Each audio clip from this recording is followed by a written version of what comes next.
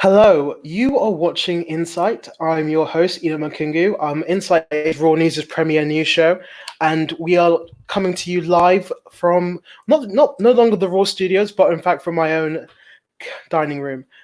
We have a great show planned for you today. I'm talking about North Korea and the fate of King Jong Un, Donald Trump's disinfectant comments, the Warwick Rent Strike, and of course, this is basically breaking news. The recent Warwick hacking incident. But first, I'm going to introduce my panel. I'm going to start with our own head of training here at Raw, Joshua Gray. Hello, Joshua. How's it going? Yeah, I'm good, thanks. Enoch, how are you? I'm good. Josh, how does it feel to be head of training when you can't train anyone?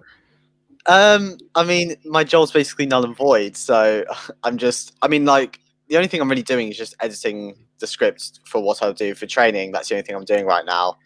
Other than that, it's just waiting for lockdown to end so it means I can actually train people. Yeah. So you're building the scripts when you're eventually going to sit around the studio. So you're just writing out. So this is a bit where we tell you how to move the knobs in Studio 2, and that's it. I mean, I've got the basic scripts that the previous head of training, Maya, had, but I'm just going to edit it from there. And it's just, where all the emails and stuff, where they're new now. Yeah. But also, Josh, I know for a fact it's not the only thing you're doing, because I know you've launched a new history podcast. Yeah. I've got a new show which is coming out Wednesday, hopefully. I sent it to Rin, our programs controller, this morning. So hopefully it'll be up on Wednesday. But yeah, it's history for everyone. And it's just going to be a history talk show about anything and everything. You were on it, obviously. Was that? Yeah, I was on it. Yeah. Yeah. And we're going to bring in Oscar. Oscar, hello. How's it? Hello. How are you? I'm very good, thank you. Oscar's a long time friend of Insight. Oscar's been on many a show. I think it's your first time on under me, though, isn't it? You normally only on when Lucy was around. Yeah, normally I'm only on with Lucy. So this is the first time with you. So this is absolutely fantastic. I'm really looking forward to the show. Excellent. We're also going to bring on another sort of long-time news supporter, Neeraj, and also another exec member here at Raw. Neeraj, hello. Hi, Enoch. Neeraj, how is it? I'm going to ask the same question I asked Josh. How is it, Josh? How is it being IT manager when you can't access Raw at the moment? I mean, it's a bit confusing because I'm kind of new to the job. I'm still kind of learning about how things are working. But yeah, it's kind of a bit disappointing. But hopefully, once lockdown ends, I can kind of do more. Yeah. And last but not least, we have Henry. Now, hello, Henry. Henry, you said you've had coronavirus before. Before?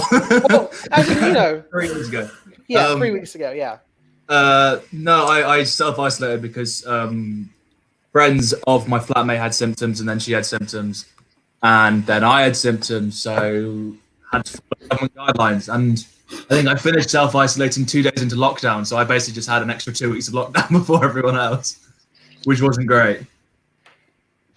Yeah. I can imagine. So you were stuck in your university accommodation, of 7 Yeah, people in South Leamington, there were my flatmate Lucy and her boyfriend were there for the first week, but the second week it was just me. I only went a little bit crazy, so it could have been worse. Hey, it could have been worse. For instance, you could have been self-isolating in North Korea, which is my smooth transition for today. Wow, nice. Yeah. There's a lot of stories coming out of North Korea as over the weekend reports emerged that King Jong Un has died during a surgery. Now these, of course, hotly contested reports. South Korea says he's still alive. China sent someone in to investigate the whole situation. But panel, what do we think about the veracity of these reports? Joshua, I'll come to you. What do you think about this? Well, I mean, to be honest, what I've seen is that he went in for a normal, and apparently it went wrong, and he was supposedly brain dead according to reports, and that he was in a horrible condition and such like that. I can't really tell if this is real or not. I mean, I think it is by the fact that there are multiple sources which are saying a similar thing.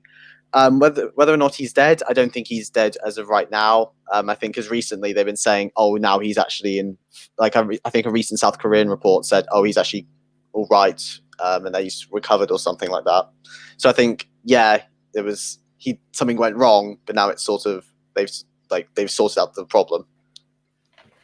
So you don't believe you disagree with TMZ. You think he's alive. You think he's still up and kicking, do you? Yeah, I think he's still around. Probably won't be hearing from him for a bit, but he'll be back. Yeah. Do you all agree with Joshua? Do we all believe it's all just been a big bunch of fake news? There must have been something, because he missed his grandfather's big military celebration thing. In North Korea, they all view their past leaders as gods, effectively. So it must have been a significant reason. He couldn't have just been hungover or something. Yeah. I mean, there was one recent report that claimed he'd been seen at a beach resort and actually just gone on holiday and no one told no one. But I don't think we all agree in the veracity of that report. But do we think sort of in lockdown we've seen lots of instances of this, of just massive fake news spreading? For instance, the 5G conspiracy theory, where people thought 5G cell towers were causing coronavirus. Why do we think that right now, especially, fake news is spreading so easily? People are bored. Definitely people are bored. I think there's also it's a lot easier for fake news to spread, especially with so much happening. Like it doesn't really help, like with Donald Trump or Bolsonaro, the Brazilian president down there, who's also spreading such fake news on their health and what to do and how people should be living certain ways and protests, and yeah, it's not the best time. So you think it's just things are bad generally. People tend to reach for anything when things are turning out bad.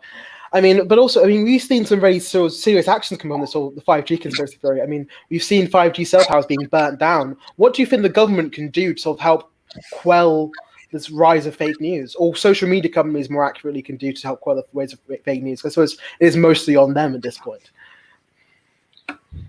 Well, definitely. The thing is like the government should possibly try and help, like maybe protect a bit of the cell towers, especially help the workers who are also setting up the towers, because they're also at risk. I saw on the it was in the Guardian, I think, and even in the Telegraph, it was saying that people were attacking some of the people putting up the towers because they said they were trying to give up.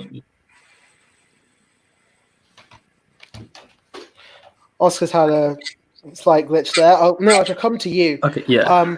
So, what do you think? What do you think social media and the government can do to help sort of prevent the spread of fake news like this? I think in terms of Facebook needs to have like a more kind of better moderation of these sort of like Facebook groups. That's where all these fake news can spread. And also they need to be they need to be able to kind of make it more clear on people's news feeds which news is kind of what. So like signposting, okay, right, BBC is a trustworthy source, or maybe the Guardian, rather than some of these other kind of news sites. Just making it clear what people should be looking for. This sort of brings back to sort of a wider question of trust in journalism. There was a recent poll was released that said that trust in journalists of all kinds, not just in tabloids and newspapers, but TV journalists as well, is at an all-time low. Why do we think people are losing faith in journalism? Josh, I'll come to you. Well, this would be something I'd expect an A-level question. Goodness me. Why the left faith? It's really difficult to say. I think generally just a lack of over the years a loss of trust in politicians and just the establishment in general. I mean, a lot of people bought into Trump's idea of draining the swamp, and considering that he labels a lot of what we would consider reliable news sources as the swamp and as this liberal elite, people that believe in that idea will then subscribe to that point and stop listening to the established news sources who are providing accurate news. Yeah, anyone else want to continue Josh's point? Do we agree? Do we disagree? No, yeah, Josh. I guess you summarized it perfectly. Well done. Well, so I guess on the point of you mentioned Donald Trump. This is a good time to transition, I suppose. Donald Trump made several comments last week about how the potential for disinfectant to be used as a cure for coronavirus. Now, I'm not allowed to have an opinion on this, so I'm going to come to you, panel. What do you think of Donald Trump's comments on the potential use of disinfectant as a cure for coronavirus? He has a point. It was just made incredibly poorly. He was suggesting that since disinfectant kills the germs associated with coronavirus, there might be some way of getting this disinfectant inside of this to wipe it clean, neglecting the fact that it doesn't just kill the bad bacteria, it kills everything else it comes into contact with. So you could fill your lungs with disinfectant with Dettol or flash bleach, whatever. It would, in theory, kill all the coronavirus, but then you would be left with two lungs that don't actually work. So obviously, you win some, you lose some. And it wasn't too great for him, especially for his reputation of spouting absolute rage hasn't really improved. Yeah, Oscar, I'll come to you. What do you think of Trump's comments? At this point, I think I'm really glad I'm not in America, and I think anyone who is watching this and who is in America, I think I'm just going to say I'm very sorry for yourselves, because it's horrendous at the moment. And I think it's the thing is, like, he watches. I've been watching some of this just because it's quite interesting, but you can clearly see that there's like a link between Fox News and Donald Trump and other right-wing politicians and church members who are kind of just sending him stuff, and he's like, "Oh, this is true." Like, I don't know if you saw that on Fox News, they had a guy who was apparently a scientist for one of the prestigious schools in America. And then an hour after that interview on Fox News, the university said, we have no idea who this guy is. He just represented us, but we don't know who he is, or we have no association with him. And 2 days later, Trump used the exact same wording as that guy did on Fox News. And it's quite scary when you see a president who is taking information from someone who has no scientific background and is saying, "Oh, this is what people should be doing." It's not what you want as a leader in this kind of time in a pandemic. He wants to win some sort of genius award for coming out with this radical idea that all of the professionals with many PhDs and various other degrees haven't thought of by now. That is true. I mean, yeah, Oscar, what are you? I was just going to say, also, the mention, the doctor who was with Trump whilst he said it, her face is priceless. If you haven't seen it, please do. It's the moment of someone actually dying inside, listening to their own president. It's quite funny. I mean, that's what's been one reoccurring theme of Trump's press conferences. He does have lots of scientists with him, but he often ignores them or even sort of countermands what they say once he gets up to speak. What do we think about these whole Trump press conferences? Do we think they're helping or hurting the situation, especially in light of these comments? They're definitely not making the situation any better, because, like, for example, one of them was like he showed a campaign video, so that's just not the right way to hold a press conference. You need to be reassuring people, not trying to go forward and put your plan for re-election. I mean, really, with the election coming up, it's the ideal opportunity for him to show off how good he is as a president, to gain more votes, like Thatcher with the Falklands War back in the 80s. I think, there's a really 80s, right? Yeah. And how you deal with that will decide the winner of the next election. And by embarrassing himself, by saying all this rubbish and ignoring the scientists and doing a poor job, he's just losing the election for himself. So, yeah, not going well for him. Yeah. Didn't his own organisation say that he should stop doing press conferences because they told him you're kind of shooting your own self in the foot here. People aren't going to vote for you. I haven't heard No? that.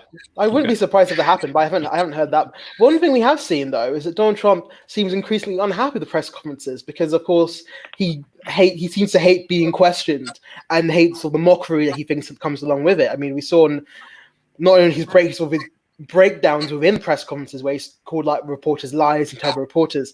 There's also a mini breakdown on Twitter yesterday where he talked about how many Nobel Prize winning reporters were misleading the public and couldn't be trusted. What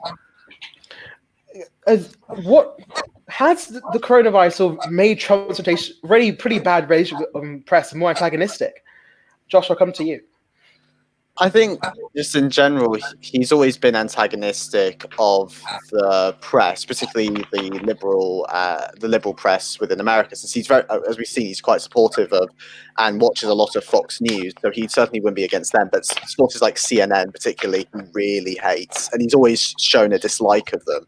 In fact, I remember back in around that time of the election, he was saying how he was going to change all the libel laws so he could sue anyone who made a comment against him, which is like the perfect idea of what an authoritarian dictator would say.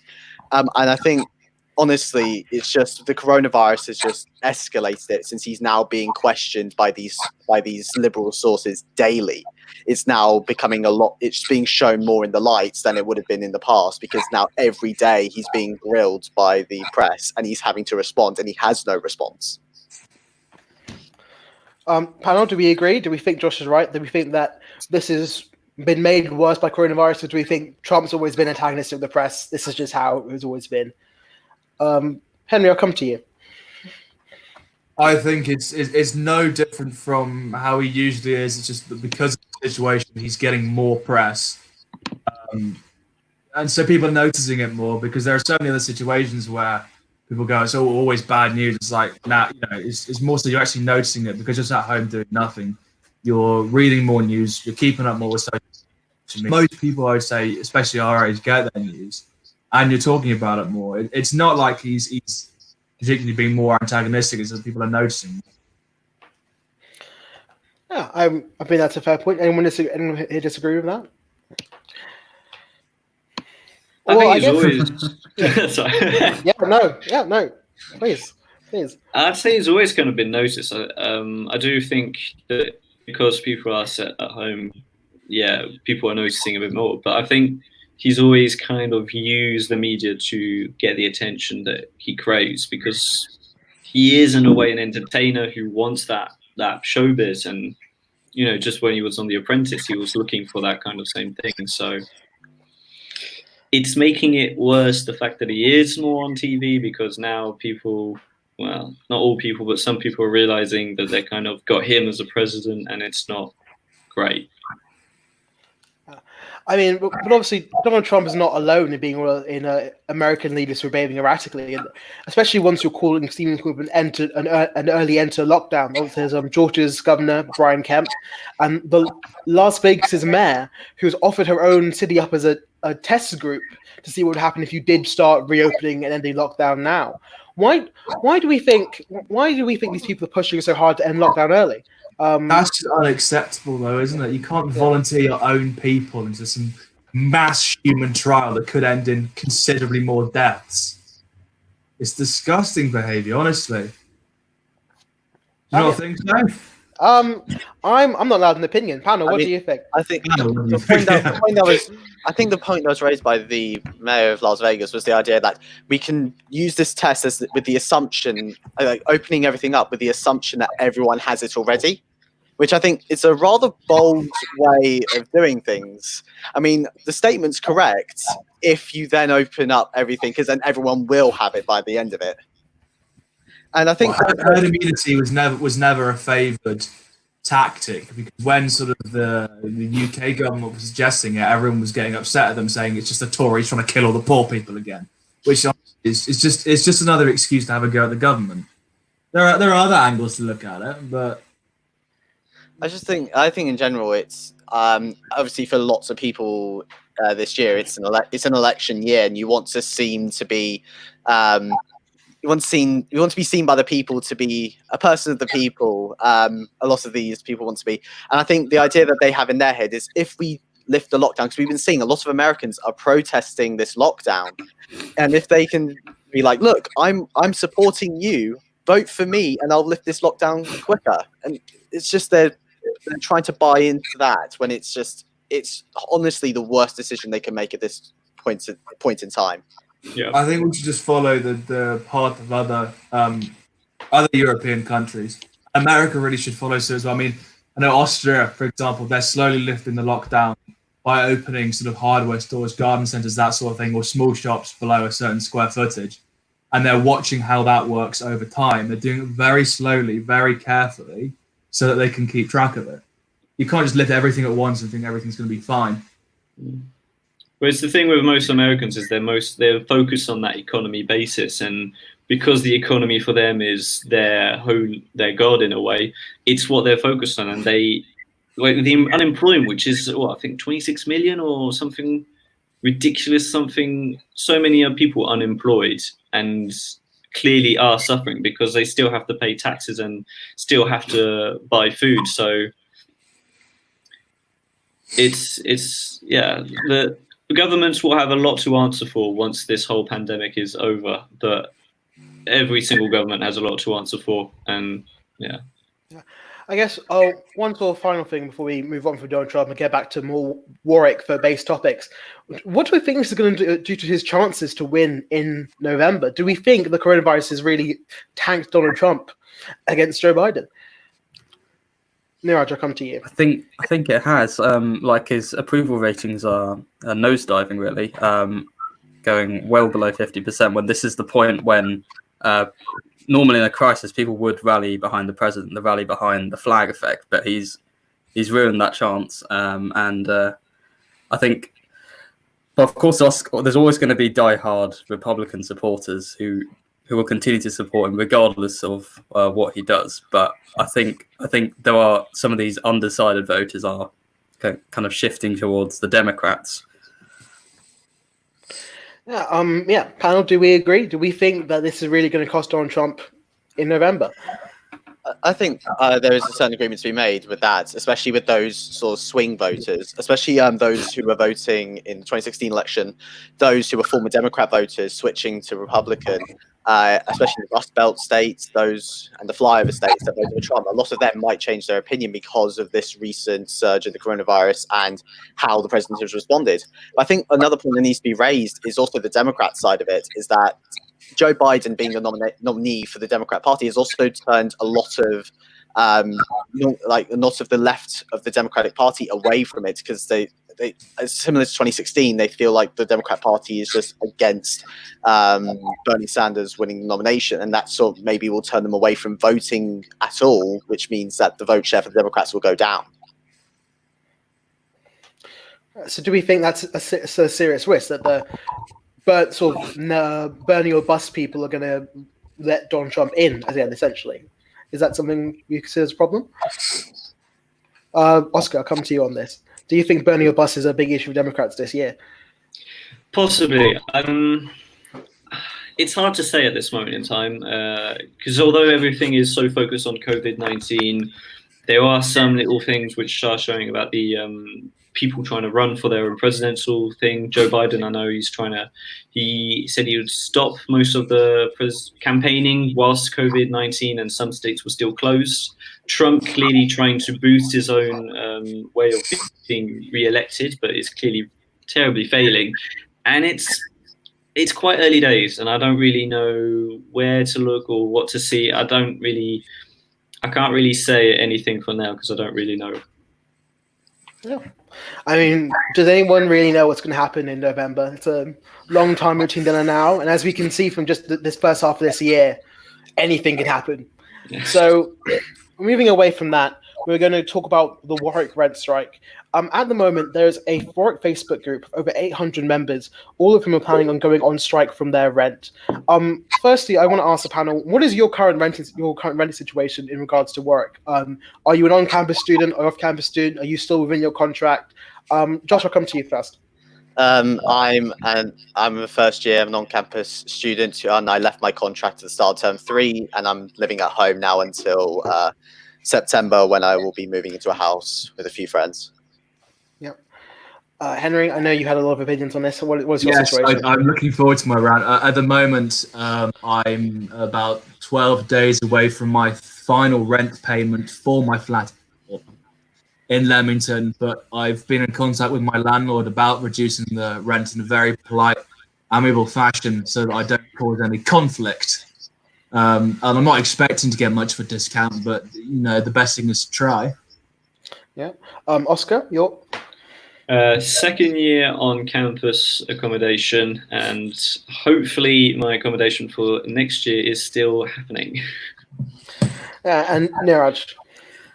Second year accommodation, work accommodation off campus. So still got to. Well, I mean, it's appeared on the kind of e-vision about the final payment, but I haven't yet paid as such. But I've been kind of discussing it with my kind of representative, work accommodation representative, but they haven't yet backed down or anything yet. So I'm just not sure what to do. So that's Yeah.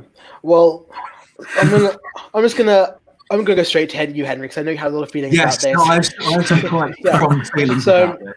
Yeah. You may have seen from that Egypt in the freshers chat trying to encourage people to join the rent strike without offering any information about it, saying, if we all do this, then they're not going to sue all of us. Whereas in reality, yes, they will. If it's one landlord, for example, my landlord, Dr. Gurmit Singh, he owns £23 million worth of property, mostly in South Leamington, including Station House, which is massive. And if a third of his tenants decided not to pay their rent, just flat out refused on the expectation that he wouldn't chase them up simply because there's a lot of them, he's going to be losing hundreds of thousands of pounds worth of revenue there. He will chase them up. It's not a huge amount of effort for him to ring some bailiffs and get them to send threatening letters. And not only, people using the argument saying, "Oh, we're students," that doesn't make you special.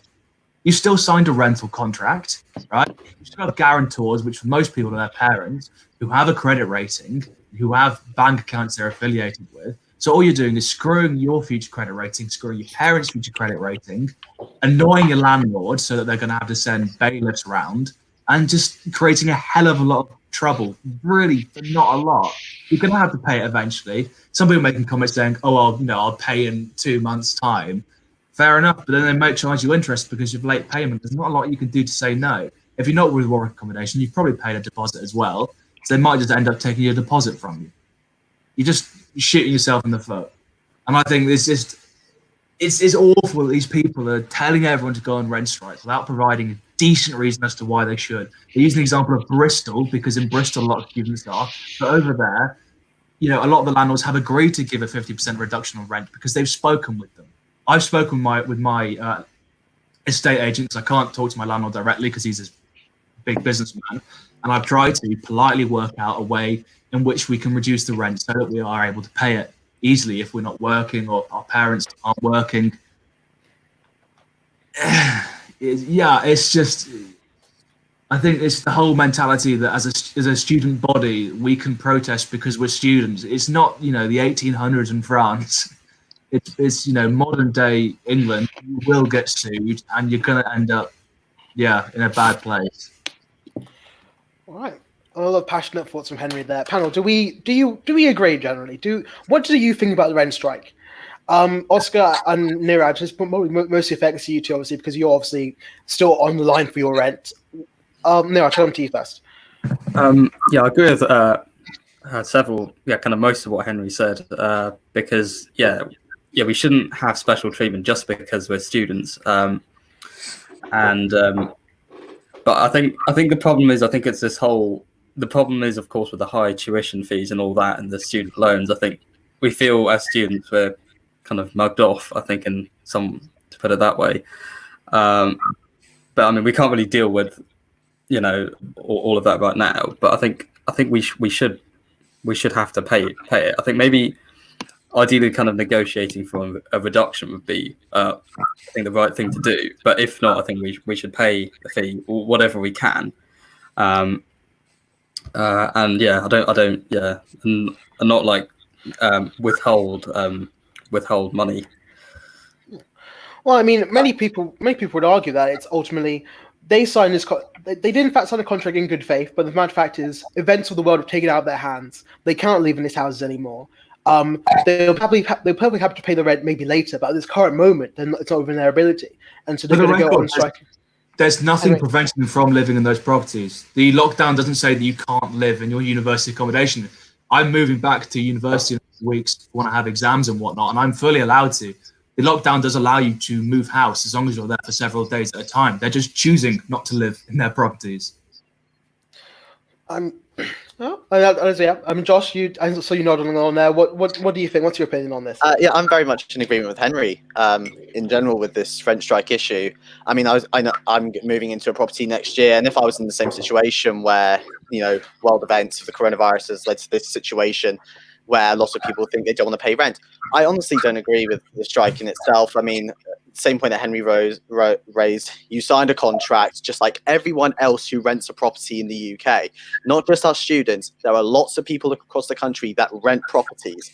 They're not being taken out of their contract. They're still paying their rent at the end of the day, and they might have lost their jobs and they're receiving help from the government. We have a student loan, a maintenance loan that is literally designed for this purpose to help us paying with rent and food and as such. And it's also the idea of student entitled. It's just an entitled behavior of students thinking that because we're students, we shouldn't have to pay rent, unlike everyone else. It's entitled because, welcome to the real world. At the end of the day, you've got to pay rent just like everyone else. Just do it. Well, I suppose they might argue that they don't think in this crisis anyone should have to pay rent. They would say this is something that should be applied on a more wide scale. What would you say to that? I'd still say at the end of the day, well, yeah, we're the ones paying rent at the end of the day, and we think, okay, we shouldn't be paying rent in this situation. But at the end of the day, there are landlords and estate agents who rely on rent payment as their source of income. So, what do you say to that? They have a life as well where they rely on this money coming in. You're ruining their life by not paying them. The argument I use to my landlord, which I think is the only moral argument that fits both sides, is that I live in a student property, it's a multi-occupancy. They're probably making 30 to 40% on top of their mortgage from our rent, because our rent is extortionate because there are 7 people living in quite a small property. So the best we can offer is to meet halfway and get maybe a 20%, 30% discount on our rent so that their mortgage is still being paid. They're not losing money. And any extra fees they have for the estate agents, for not utilities companies because we pay our own utilities, but Wi-Fi, etc. So they can be covered. But I don't want to put them out of business. They have a livelihood to maintain. Dr. Singh, for example, people are saying, oh, he's got £23 million worth of property. He's minted, he's fine. Yeah, but he's not earned that much money. He's not built that property empire from just throwing away all of his income streams. He needs to maintain it, otherwise it will all come crashing down. And then people are saying that, other people in Italy, for example, they're getting delayed rent. Fair enough, maybe you can request delayed rent, but you're still going to have to pay it in the end. And most people's contracts end in the next 3-4 months. So what are you going to delay it by? A couple of months, and then you have to pay it still. So with your student loan coming in, the only thing you can argue is that it doesn't cover your rent entirely, and your parents can't afford it. But that's up to your individual cases. If you go on rent strike, you're just going to incur more fines and put yourself in a worse position. Well, I mean, on your point on the mortgages, many people would say that because of the mortgage holidays offered by many banks at the minute, where essentially if you own property, you do not have to pay your mortgage on that property until this crisis is over, that a similar sort of convenience should be offered to people who are renting, especially if they can't currently live in those houses. A rent holiday where once the sort of period's over and the mortgage holiday's over, they would go back to paying rent if they still want to live in their house. Otherwise, we should all just write it off. Neeraj, I haven't come to you before, so I'll come to you on this. What do you think? Right. So, I think. So, what's your question again? Essentially, in light of the mortgage holidays offered by many banks, do you think it's maybe fair that landlords offer similarly a rent holiday, especially for people who can't go back to their properties?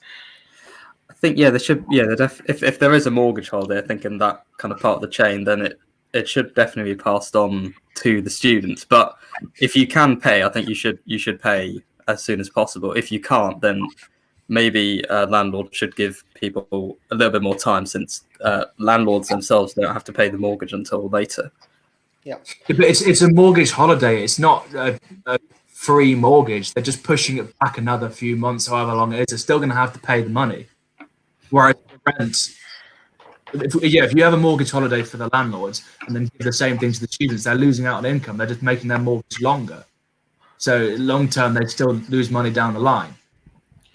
Yeah. Well, I suppose many people would argue again that in this general period, everyone's losing income. Why is it so important that landlords maintain their income when many students have lost theirs?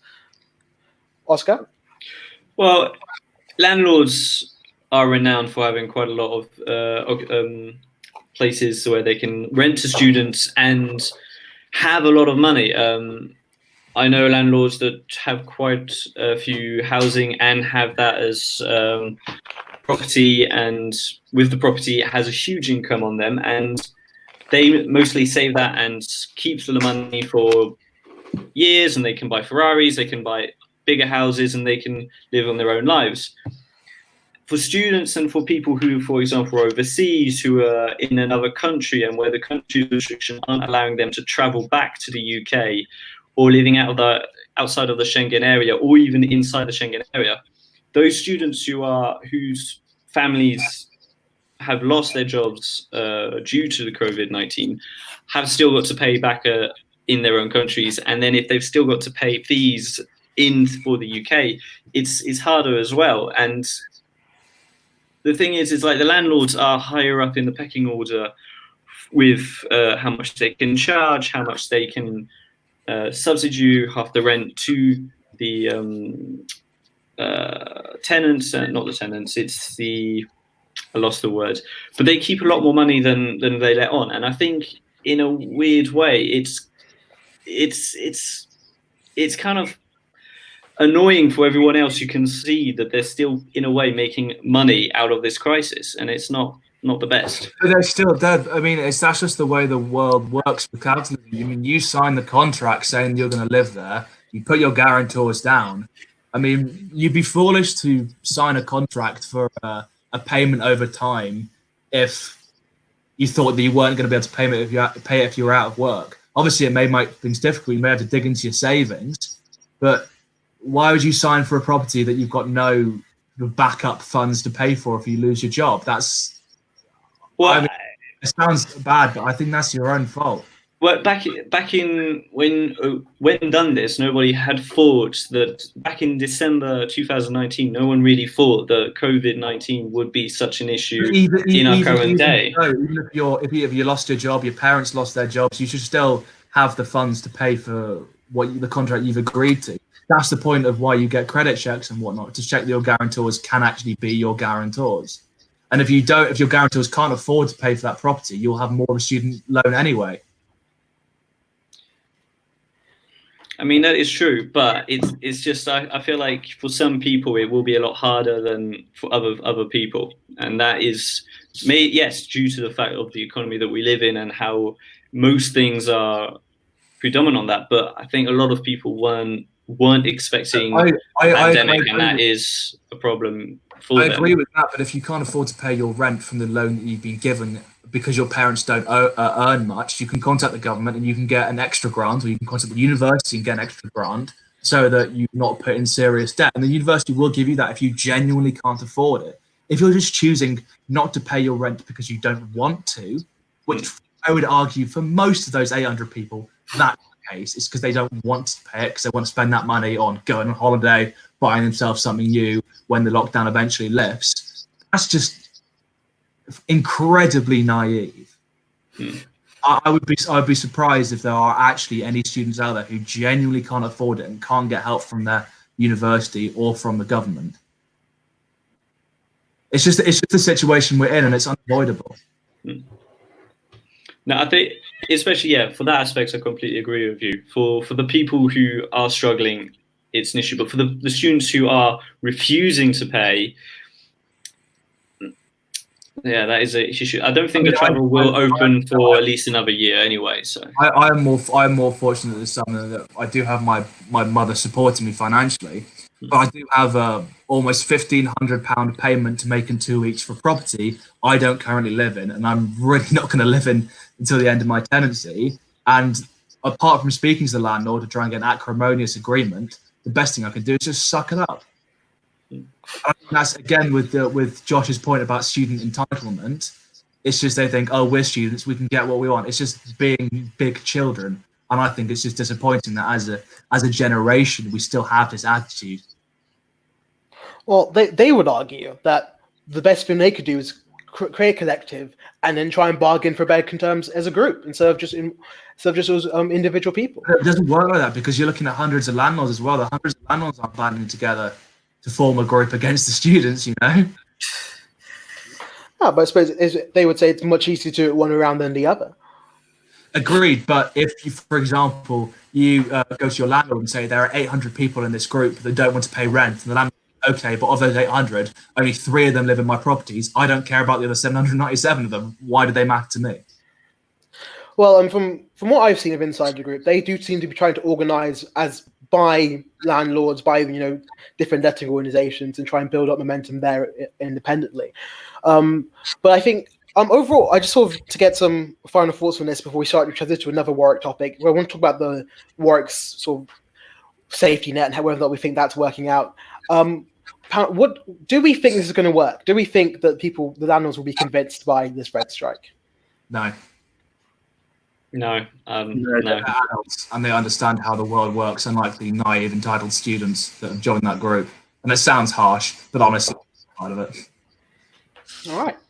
So now to step away to go to a less heated, maybe less heated, I'm not sure. Warwick was the Warwick's plans for safety net have been widely contested. Obviously, there's the alternative exam portal.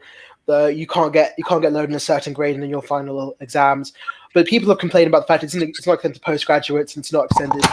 Sorry, locked in my mic there. It's not extended to postgraduates and it's not. I'm taking account people who have difficult living conditions and therefore can't participate in some of the exams offered. I know for me and Josh, we don't have exams anymore, so I want to come to the older. Yeah, we're lucky. I want to go to the second years of the panel. What do you think of how Warwick's doing with their alternative exam policy? I can't speak for other departments, but for the School of Engineering, they took their time with it. I think the net result is good for some, but not for all. Obviously, you get some people who have several exams on the same day. That's not ideal.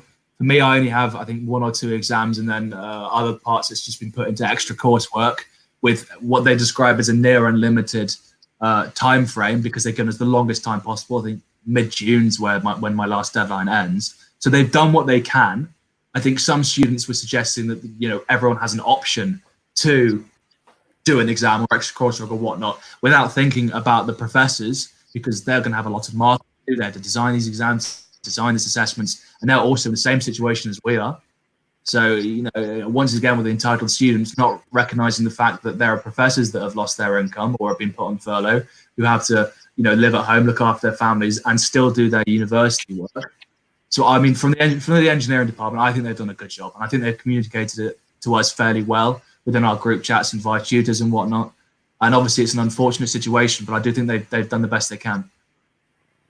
Yeah, Oscar, I'll come to you next. What do you think of what the university's been doing? I'm in the life science department, so for us, we had our information which was delivered last week, I think on a date, a week to last week, actually on the 20th. And so we've got most of the assessments which are on a 5-day period, so one after the other, but with a 24-hour period for time zones and with extra time given to all of our exams, even the essay ones, which are normally 1 hour, and now they're 2 hours. So it gives more people time to write. Most of them are open. All of them are open book as well, which is, I think, even very nice. Isn't it? No, but it's very nice. Like, and a lot of the even our tutor, my tutor, he's like, with this is extremely nice, and even with the safety net of the assessments and other things, it does allow people to, because some people are in difficult household conditions, have got other issues which at uni they're less predominant, so it's easier to focus. And I think they've really kept that in mind whilst redesigning the exams. Even though for like most of the lecturers, they can't even access their labs or their research, and I think that is not the best either. There's an interesting point that was raised that I vehemently disagreed with, surprise there, by some people on my course in the group chats, which is that a couple of people, I won't name names, were upset about the safety net because they thought that they didn't like the idea that other students could still get good marks from not doing as well in exams as they could. Now, one individual argued that that was because he didn't want second-rate engineers being put out into the work environment, designing stuff and working on stuff that people's lives depended on. To some extent, I understand that. I would hope that whatever engineering job you have, whatever company you work for, they do sufficient checks so they can see that you know what you're doing. But really, it just comes across as quite selfish. It's like they don't want other students to do well. Unless massively across the board, everyone does very poorly or very well, other people's grades and marks don't matter so much to you. And if they do well and you also do well, you should be happy for them. I just think it's quite a selfish mindset that you get from more technical people who are, I'm going to say, less sociable than those in humanities departments. Have you had anything of that from life sciences? Is there, I know, Enoch, you're a humanities student. Have you heard anything from your side? Sorry. Oscar, you go first. You actually have exams, so you go first. Yeah, there were some students which did raise some points about the safety net and weren't completely happy about that. Again, I'm not going to name any names or where I heard the information, but there were some people that did say such things, and exactly, I completely agree with you. They're selfish, completely selfish in this case. Yeah, I mean, I wouldn't say I've heard anything that I have to assume it's out there, but I think the fact that we're all in first year, none of us have any exams left, means people are far more easygoing on the whole situation. I do wish we had Johnny here, because he obviously have a much better insight on what's going on the humanities side for a second year. Neeraj, I'll come to you. What do you think of the safety policy? Yeah, I think it's good. So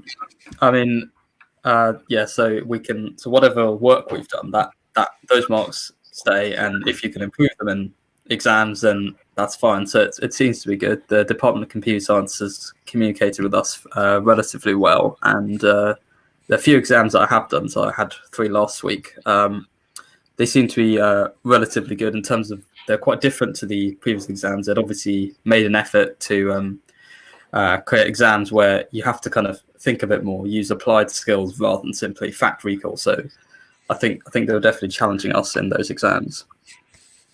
Yeah. I think one big controversy has been the fact that this same sort of safety net policy has not been extended to postgraduates. Do we think that was the right call by university, or do we think that they should have been offered the same sort of chances? Oscar? I don't really. The safety net, I think, is hard to kind of, because a lot of the final years they have their exams which were lab, some of them which were lab based, and most of them now have been turned into surveys. As second and first years, I don't know if you guys have received anything, but we've received how to help with the final years complete their surveys. So it's a voluntary act, and you can help the final year students who have had their labs turned into surveys, complete them, and give them try and help them out a bit. And on that aspect, it's helpful, but I can't really see if I were final year, I don't really know what I'd be doing. Mostly panicking, but that would be me. I can't for engineering. I can imagine for a lot it's quite difficult because the dissertations, especially for engineering, a lot of people do a manufacturing design element of the dissertation where they actually do have to build something or design something in software where they may need staff's help. And for me, I have a group project where we're supposed to design something and then build a scale model of it. Obviously, we can't do that now because the engineering department's closed. But they have adjusted. Howard Neal, my professor, has adjusted the module accordingly so that we can do what we can from home as a group. and has said that he will try his utmost to mark them fairly, given that we've not been able to meet as a group together and that we can't build a scale model. So I think people have to recognise, obviously it's a bit last minute, but there are certain things you can do better from home than you would in a lab, and that you should just put more weight towards that. And fair enough, it's not the same as everyone else's postgraduate degree. The whole thing about having a dissertation or a master's is very unique to you, so you don't want it to be the same as everyone else. You don't want to have followed the same structure as everyone else. You need something to show, something that shows that you, and that this whole crisis, this coronavirus crisis, as opposed to any other crisis, is an opportunity, maybe you could see it, to show how well you can work in a difficult circumstance. We'll move on to our last story of this afternoon, the Warwick hacking scandal. Obviously, it came out a few months ago that Warwick University's internet security was absolutely woeful. And now it's come out that last year, the university was hacked. They don't know who by, and they don't know what they took or what they saw, but the university declined to reveal information to students or staff because it didn't know who was hacked. Panel, what do we think? Once again, another instance of Warwick University being seen as being incompetent. I'll come to you, Neeraj. So as the IT manager, I think you get to have first go on this. Yeah, that's quite shocking that they're failing to disclose the information, but also the fact that the report also outlined how Warwick can't, because the security is so poor, they themselves don't know what's going on, so they can't even pass anything to the students because they haven't really made an effort to see who's hacking them. Do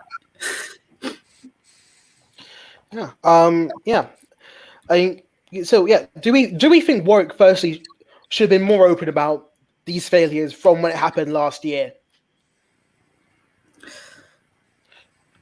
Josh, I'll come to you on that. Neeraj? I'll come to you. They definitely need to be, at least, even if their security is that poor, they don't know who's hacking. They should at least let the students know. They've definitely been very secretive because this is people's personal information. Their kind of key details about all kinds of private information that no one wants to go public. So yeah, it's definitely shocking that Warwick just doesn't want to let anyone know what's going on. I can understand why they've kept it to themselves. I mean, for two reasons. One, obviously, with all the controversy last year with the group chat scandal, didn't paint Warwick in a particularly good light. And also, what would you really do with the information that they actively don't know what was seen or stolen or whatever? Maybe they were using it as a chance to look into it so they could try and find out and then improve it and then tell everyone so there wouldn't be a panic. But people always want disclosure about everything. Not really regarding the fact that it's not information they can do anything with. Yeah, that's true.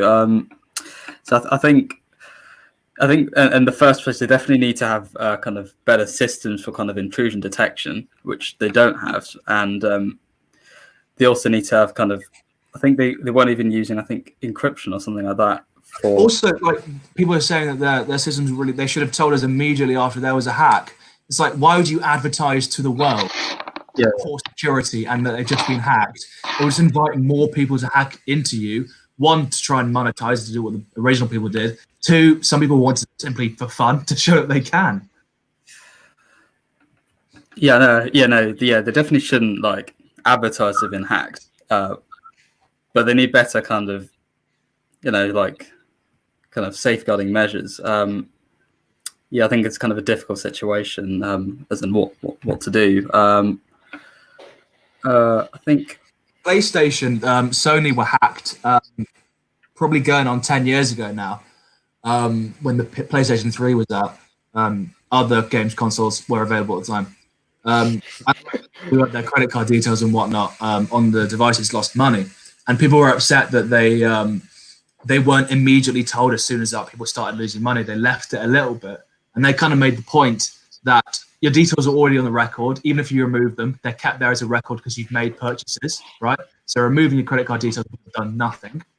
They wanted to close it off and prevent the same hack from happening again, instead of telling everyone that they've been hacked and money's been stolen, to advertise to the hackers exactly like this, that there is a way to do it. Is it fair? Some people are a bit upset they weren't told sooner, but it wouldn't have made a difference, and they were trying to do it for the, so it's better for everyone else. Ignorance is bliss is quite a good point in this.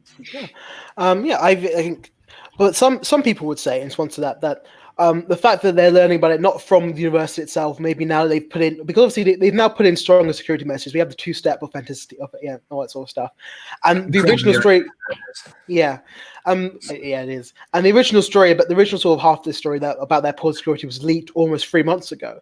So that people are kind of wondering now why Warwick, now it's fixed many of the issues. Now it said it's fixed many of the issues, hadn't come forward and said this is why we fixed the issues. This happened. We're very sorry it happened, and instead left this be leaked by Sky News. Yeah. It kind of shows poor coordination of Warwick and acceptance in this case, because they kind of dropped the two-step verification code without really telling us why it happened. So it was a bit of a shock for a lot of people, because they were like, oh, look, okay, why did this happen? And now that the fact that we had this story leaked, it makes completely sense. But the fact, why didn't they just say, oh, this happened, this is why we're doing it, thanks for your consideration or understanding? Would have been nice. The whole two-step verification thing, why don't they just, because let's be honest, all the information on Moodle isn't that interesting to hackers, and it's not that delicate.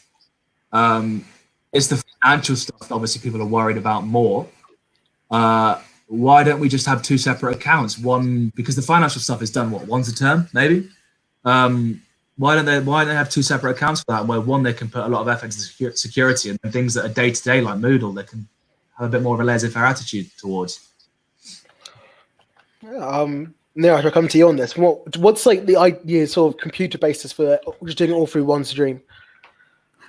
I think I think if you obviously having lots of different accounts is going to be more of a problem. I think because it does sound better to kind of secure kind of more financial information, kind of with maybe like two-factor, maybe kind of a less secure version for like Moodle. But then that's just going to mean more passwords, and then if there's more passwords, people are going to then have the same password for two accounts, and then hackers can easily know, okay, this password's used for this account, then they can access another account as well. So it's giving them it's giving hackers an extra chance.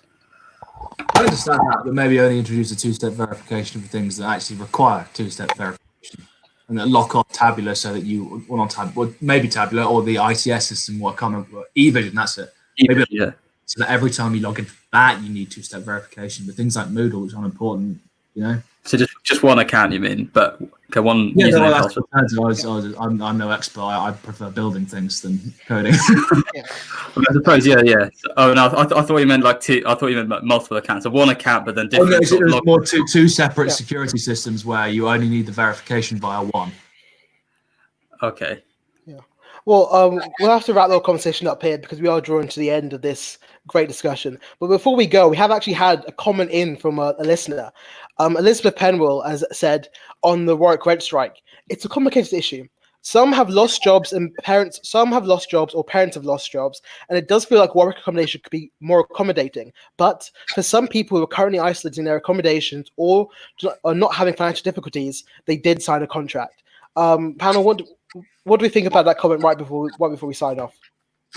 Using Warwick accommodation as an example, they're nothing more than an estate agent, really. They don't own the properties, the landlords still do. They still have to represent the landlord. So Warwick accommodation don't have a huge amount of choice. They can't insist that, to the landlords that they don't get their rent payments. It's more so, it's just for the convenience of the students that Warwick accommodation exists. Yeah. Anyone else have any other comments on this, or are we happy to declare it a day? I think Henry said it correctly. Yeah, completely agree, Henry. Yeah. Well then, that last from Henry. This has been Insight. Thank you all for listening, and thank you to Josh, Henry, Neeraj, and Oscar for coming along. You've been a fantastic panel. Insight will be back next week at the same time. But if you miss news pub anytime between then, obviously all our old Insights are currently on YouTube and Facebook, and we have a new show tomorrow, Alternative View, and hopefully one on Friday as well with Johnny Jenkins show. So keep your eye out for that. Thank you all for this. Thank you all for watching, and hope you have a good week. Thank you, Enoch. Thank Okay. you. Thank you.